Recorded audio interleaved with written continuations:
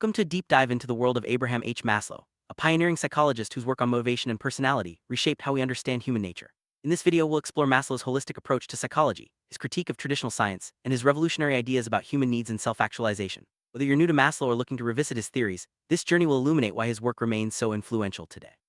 Let's begin by setting the stage for Maslow's perspective and the context in which his ideas emerged. Maslow's work was not about rejecting classical psychology but about expanding it. He believed that beyond our basic drives, humans possess a higher nature, an instinctoid essence that seeks fulfillment and meaning.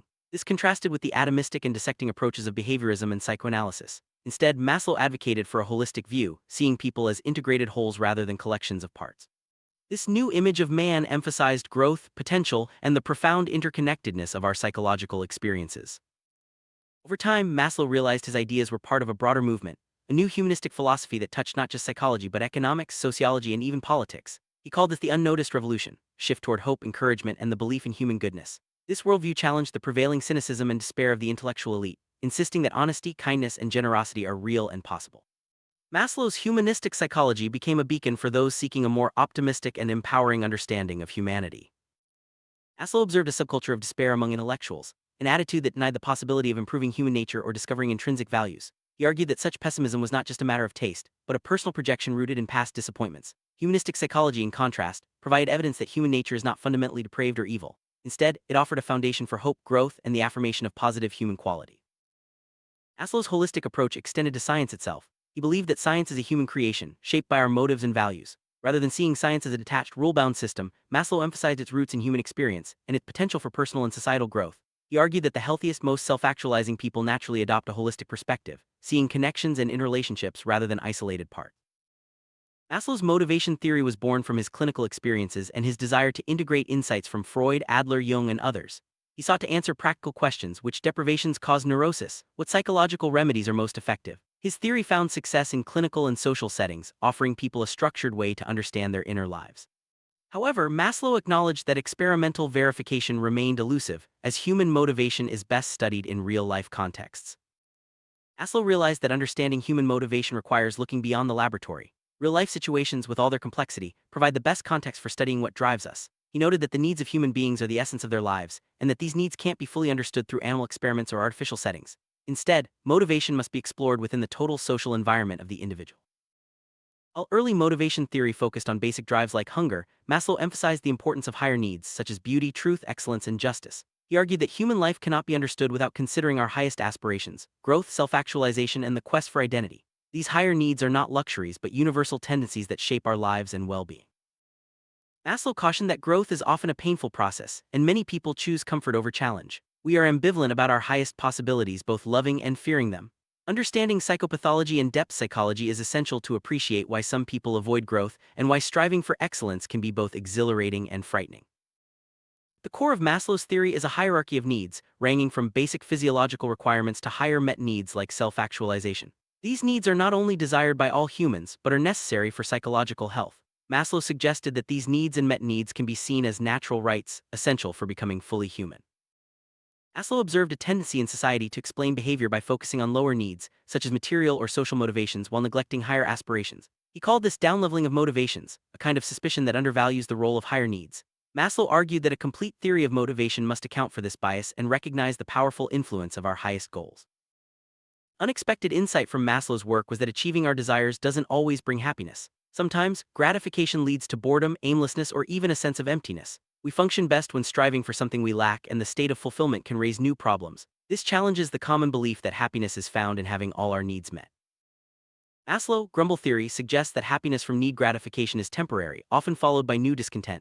Intense happiness is episodic, not continuous. This revises the traditional idea of eternal happiness and reminds us that improvements in life bring only temporary satisfaction. The cycle of striving, achieving, and then seeking more is a fundamental part of the human experience.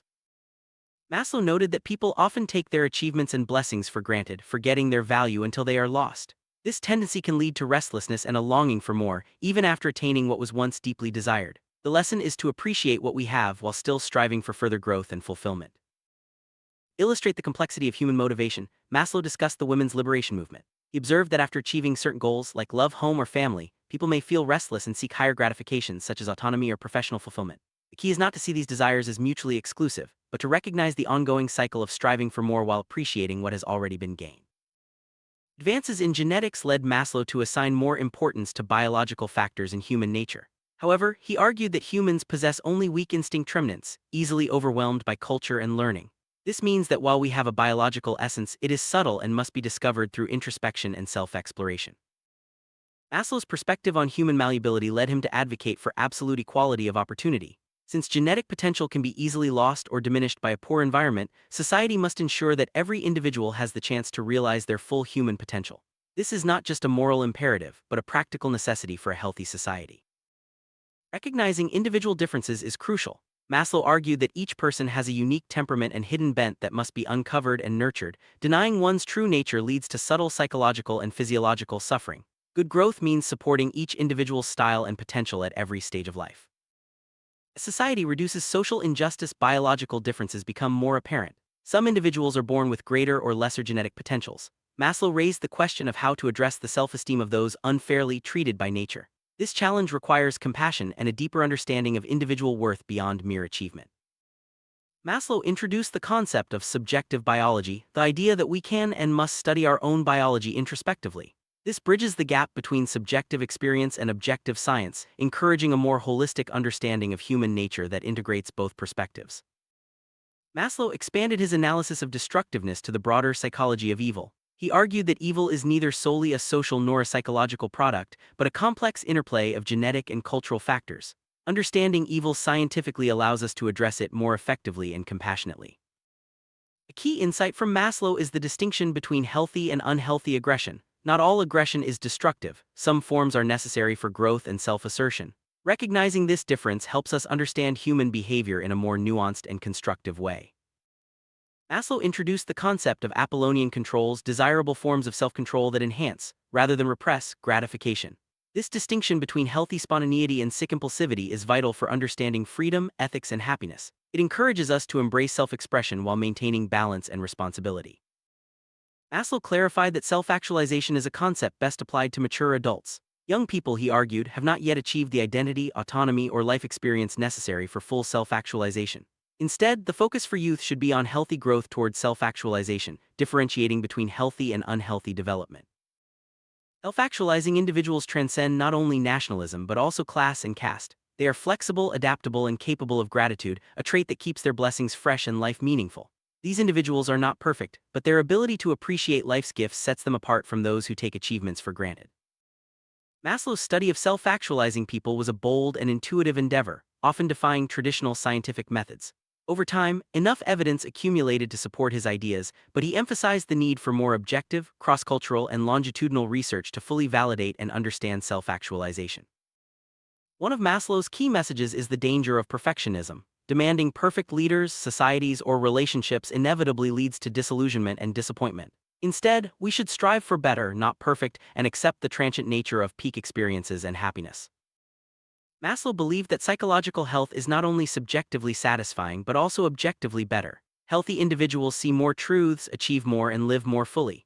The existence of healthy, self-actualizing people proves that values like truth, goodness, and beauty are attainable realities, not mere ideals.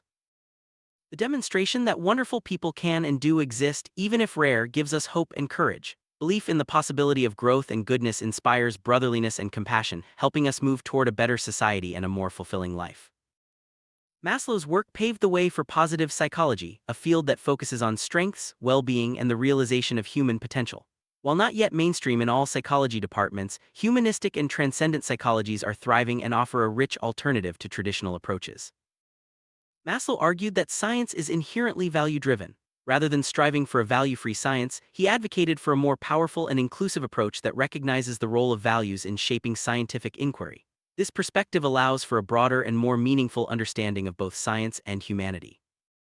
Maslow introduced the idea of Taoistic objektivata, a form of knowledge rooted in love, acceptance, and non-interference. Just as a parent loves a child enough to let them become who they are, a scientist can love the truth enough to let it reveal itself naturally. This approach balances normative zeal with scientific openness. Self-actualization depends on a complex hierarchy of good preconditions: physical, biological, interpersonal, and cultural factors that support growth. Maslow emphasized the importance of a healthy environment, supportive relationships, and basic rights in enabling individuals to reach their full potential. Human potential is easily destroyed or repressed by negative environments.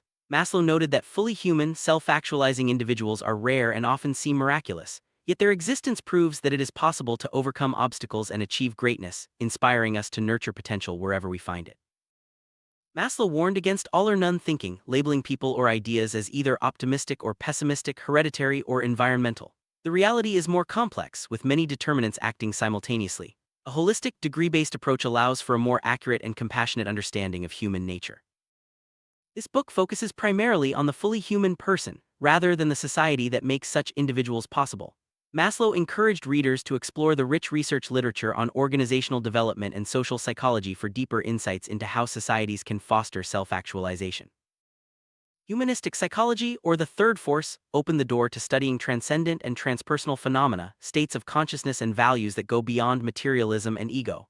This new psychology embraces the possibility of a transhuman perspective, expanding our understanding of what it means to be human. Maslow expressed deep gratitude to those who supported his work, including the W.P. Laughlin Charitable Foundation, the Ford Foundation, and his colleagues and family.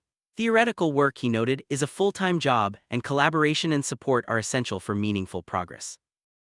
Maslow emphasized that science is a human creation shaped by our motives and goals. Its laws and organization reflect not just the nature of reality, but the nature of the humans who do the discovering. Understanding science requires studying scientists as people with all their motivations and biases.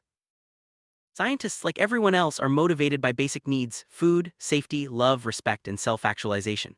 They also have cognitive needs for knowledge and understanding, as well as aesthetic needs for beauty and order. These motives influence not only why people pursue science but how they approach their work and what they value. Science offers many different satisfactions and attracts people with diverse personalities and interests. Some seek humanistic ends, others delight in impersonal precision. This pluralism is essential for scientific progress, as it allows for a division of labor and a rich diversity of approaches and perspectives.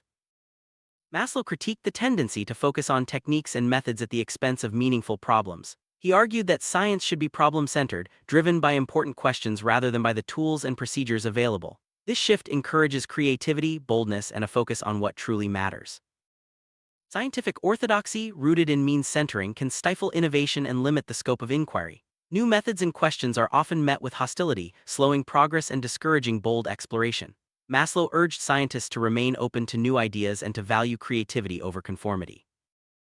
Maslow's motivation theory rests on the idea that individuals are integrated wholes, motivated by fundamental needs and goals. These needs are organized hierarchically, and satisfaction of one leads to the emergence of another. Understanding motivation requires looking beyond isolated drives to the deeper, often unconscious, goals that shape behavior.